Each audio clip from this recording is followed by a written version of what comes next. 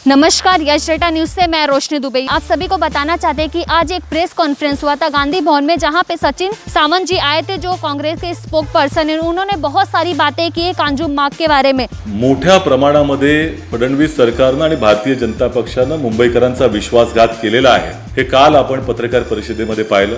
कांजूरमार्गची जागा ही सुरुवातीपासूनच राज्य सरकारच्या ताब्यात असताना या बाबतीमध्ये खोटं बोललं गेलं, त्याबाबत कुठल्याही तऱ्हेचं लिटिगेशन नसताना ते दाखवण्याचा प्रयत्न केला गेला आणि जाणीवपूर्वक ही जागा मेट्रो 3च्या कार डेपो करता उपयोगात येणार नाही हे पाहिलं गेलं आणि आरेची जागा ज्यावरती भारतीय जनता पक्षाच्या तत्कालीन सरकारचा डोळा होता, ती जागाच या संदर्भामध्ये उपयोगात येईल याकरता कटाक्षाने पाहिलं गेलेलं आहे। आणि याच्याच संदर्भामध्ये ही आरेची जागा इतकी महत्त्वपूर्ण का होती याबाबत आज मी या पत्रकार परिषदेच्या माध्यमातून आपल्या माध्यमातून जनतेशी संवाद साधतोय आणि जनतेला प्रबोधन करण्याचा प्रयत्न करतोय। वस्तुस्थिती काय आहे, खरी परिस्थिती काय आहे हे सांगण्याचा प्रयत्न करतो आणि हे सगळे कागदपत्रासहित त्या ठिकाणी आपण काल जसं म्हटलं की हे जे खोटेपणा भारतीय जनता पक्षाचा झालेला आहे तो उघडकीस आणू, कालही आणला होता। त्याला काही उत्तर देण्याचा प्रयत्न आशिष शेलारजींनी केलेला आहे भाजपतर्फे,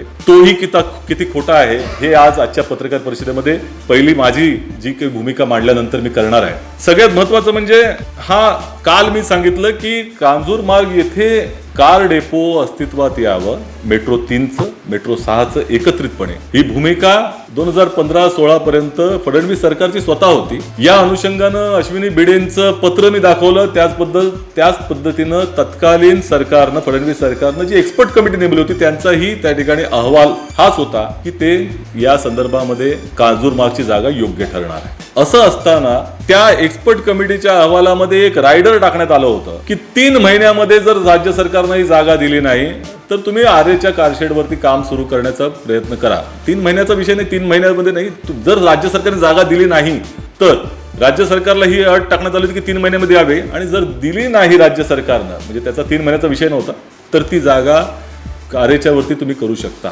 परंतु राज्य सरकारनं स्वतःच्या हातामध्ये असलेली जागा दिली नाही, दाबून ठेवली, हा मूळ मुद्दा आहे। आणि सगळ्यात महत्त्वाचं म्हणजे आरेकडे जाण्याचा काय उद्देश होता याच्या संदर्भामध्ये 2 महत्त्वपूर्ण अशा तऱ्हेच्या माहिती आपल्या सगळ्यांसमोर मी ठेवणार आहे आणि तुम्हाला स्पष्टता येईल त्यामध्ये की काय या संदर्भामध्ये भूमिका राज्य सरकारची राहिली, फडणवीस सरकारची राहिली।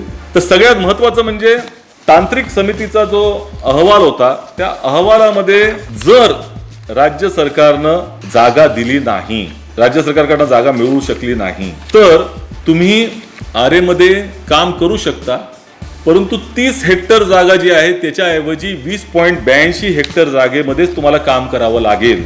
29 डिसेंबर 2016 रोजी राज्य सरकारने एक ड्राफ्ट नोटिफिकेशन काढलं आणि हे ड्राफ्ट नोटिफिकेशन मेट्रोची आरेच्या जागेच्या संदर्भात होतं आणि ते याकरता होतं त्याचा की ती जागा नो डेवलपमेंट जोन आहे। इसका मूल उद्देश्य यही है कि भारतीय जनता पार्टी का झूठ जो है उसका बेनकाब किया जाए।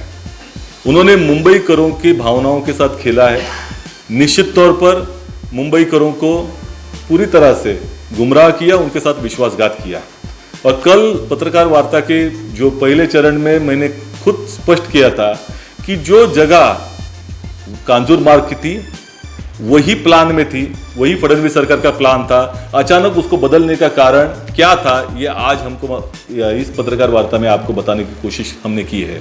आरे के आंदोलन में जो आक्रोश हुआ वो बाकायदा टाइम्स ऑफ इंडिया में बहुत सारी रिपोर्ट में आया हुआ है।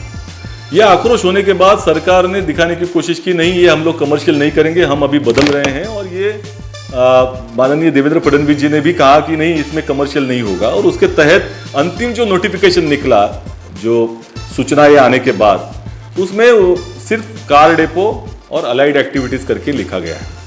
तो निश्चित तौर पर हमें भी और जनता को भी लगा कि नहीं इसमें कमर्शियल एक्टिविटी नहीं होनी है, और हमारा जो आक्रोश था वो लोग सरकार ने सुन लिया।